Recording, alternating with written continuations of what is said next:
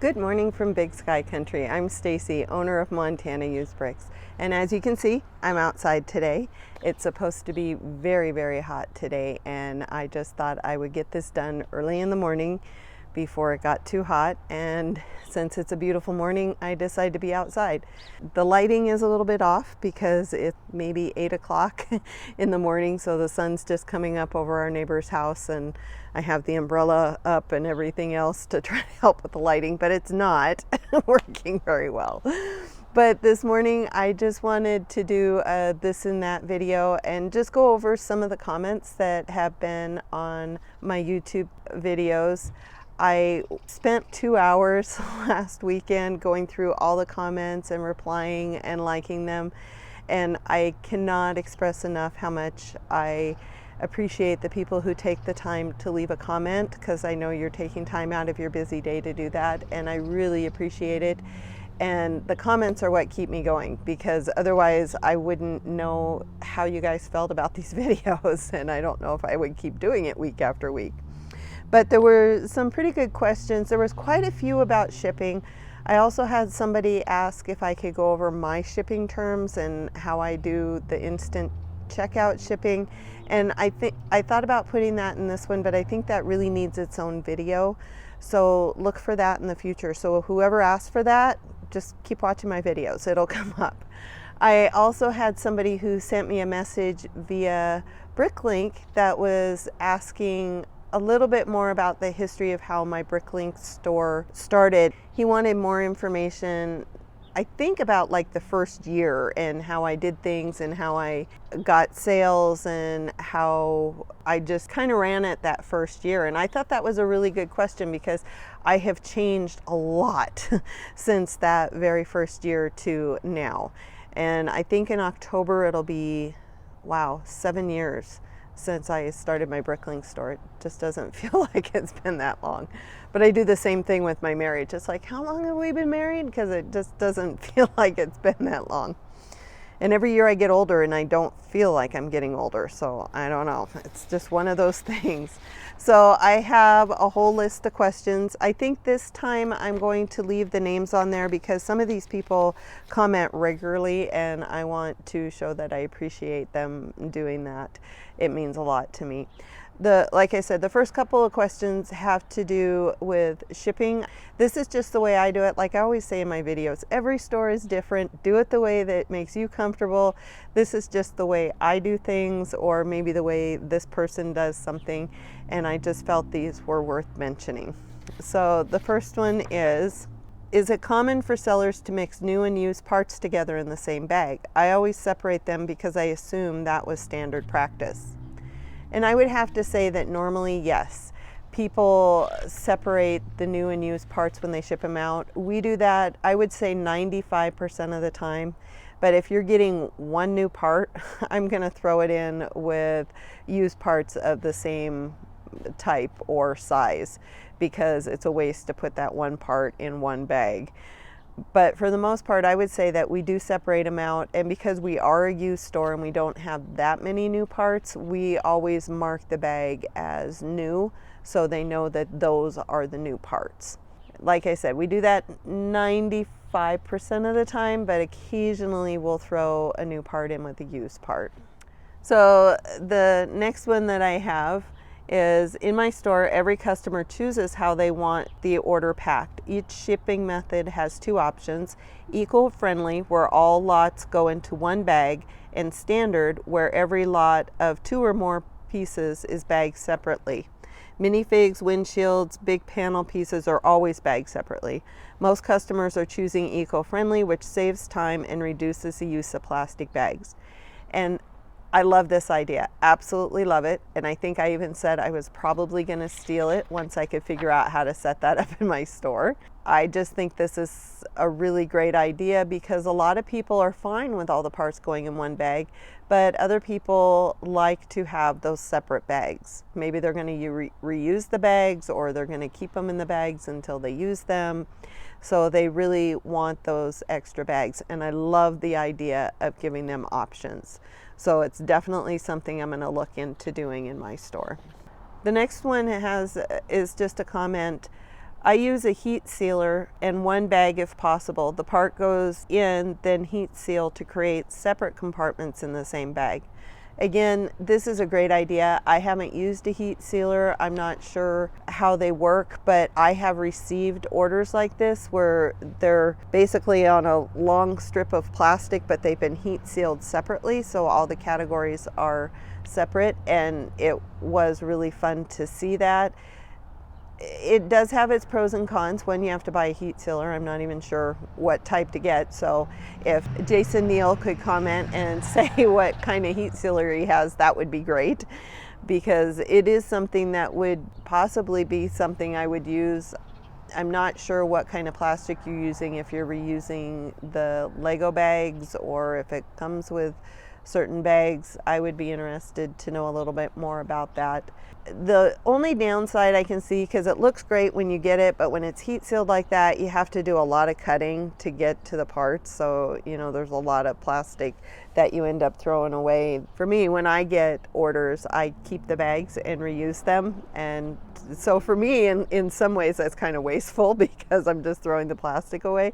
But at the same time, it's also great because you're not using as much plastic. Pros and cons to everything that you do. But I would be interested to hear more about it. If you are one of those that use a heat sealer, if you could put something in the comments about how that works or what type of heat sealer you use, or maybe a link to a video on how to use the heat sealer, that would be awesome. I would love to learn more.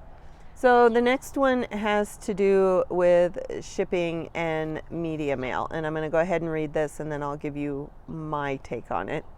Hey Stacy, I've been enjoying your content. Please keep it up. Thank you very much. I just had a thought about shipping manuals. USPS used to have a category book rate. I wonder if they still have that option. If so, maybe this would be a cost-saving option for sending out manuals. You could ship the parts separately. Anyway, just a thought. Keep up the good work. Thanks, David. I did respond via the comment page because this is an interesting topic, and I have seen it in the forums in the past. I don't know if I've seen it recently, but media mail is tricky. Some people say that you can do that if you're sending just manuals, where other people say it doesn't qualify because the instruction manuals have advertisements on the back side of them, so that makes them an advertisement and not a book per se. So it's kind of that whatever you're comfortable with doing, because I don't think the USPS is going to open your package and say, oh, that's not a book, that's an advertisement. I don't know. It's one of those. I've never done it because I've always just sent the parts as is, and usually I would say that 99% of the time, if they're ordering an instruction manual, they're ordering parts, and it's just easier to put them all in one package.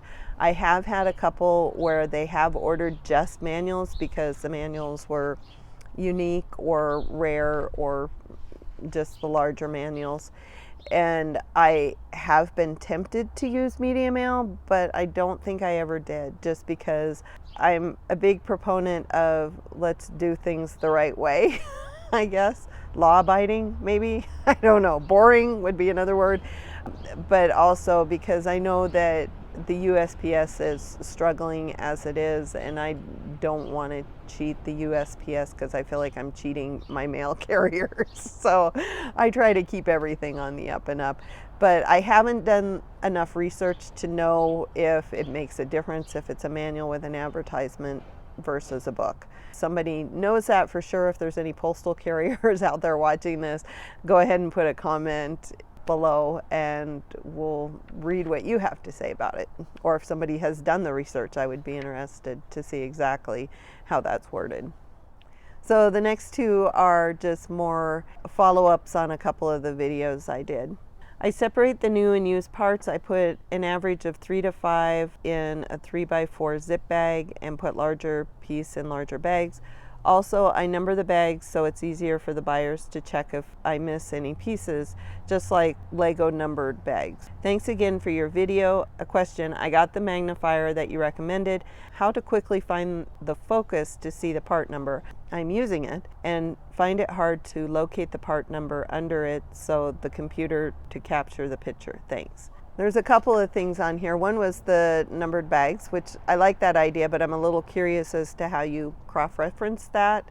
If you send a packing list with it and tell them which bag it's in, I would be interested to get a little bit more information on that, because that's an interesting idea, especially for those 1,000-part orders where I'm putting a lot of parts into one bag. That might be something to keep in mind. The other part about that is the magnifier. I mentioned this, I think, in my how to identify Lego parts. My husband and I both have a microscope, but we also have a stand for that microscope. He bought me one, so I would have it, and the stand holds it at a vertical angle. The one it came with holds it at a diagonal, and it's really hard to find the part number, but when it's vertical and in that stand, it's really easy to focus in on the part number. You might have to hold the part a little bit and adjust, but it's really quick to do when you have the stand that holds it vertical. Even though it's a little bit more money, I would highly recommend getting the stand. If you're going to capture a picture, it's great. I've used it when people have asked about parts that we had that were slightly damaged. I was able to put them under the microscope and really bring out whatever the damage was so that they could see it. Usually it's torsos that might have a hairline crack at the side or on the arm, and they're just curious how bad the crack is. So it's a great way to be able to zoom in on that and get a picture and be able to send it to them. And this is the last one I wanted to talk about today. So watching your video, I had to come here to congratulate you. I saw the one red piece, the 30042 that you found, and I was curious about it, so I looked it up to see it was only available in one 1997 pirate set. And I see that there are none currently available, so you must have sold it. I see that you mentioned selling it. Good deal. And that was that one red trap door that I found that was $36, and I was just shocked that that one part was so much. And he's right, it was just for one pirate set, and it sold really quickly. I've had a couple like that where I've mentioned the part in like my vlog video or something that I'm doing, and it will sell within a day or two, if that. As soon as I upload it, it seems to be gone. So that's always nice. The last part of his was, as an aside, what software are you using to edit? I have as yet not really edited anything, and it is on a semi-list of things to perhaps look into. I think I might have mentioned this before, but I use a software program called NHC. And if I'm wrong, I'll put the name of it up here.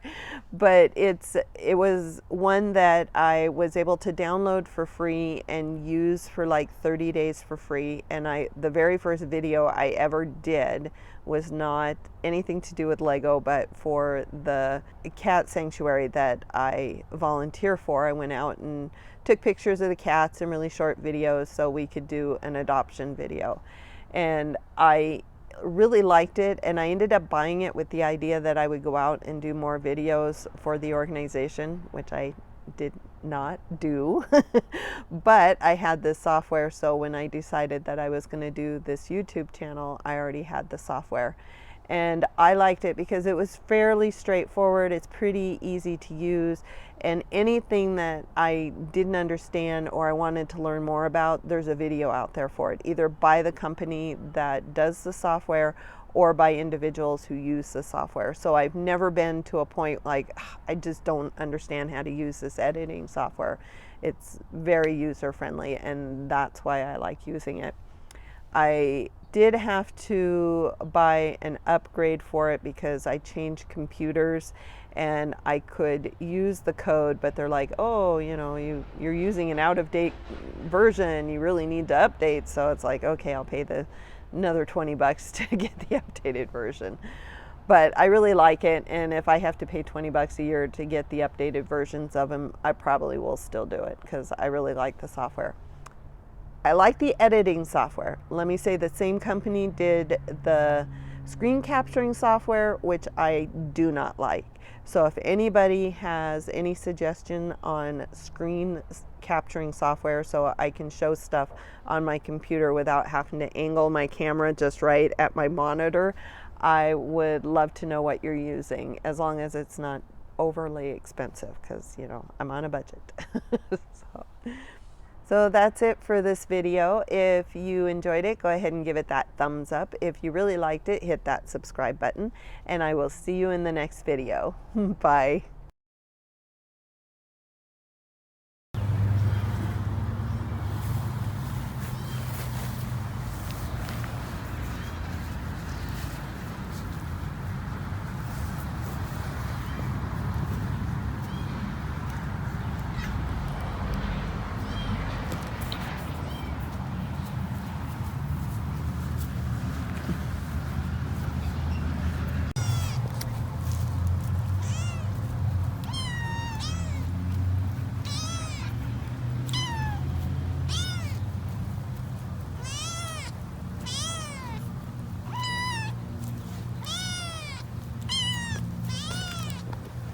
Walter.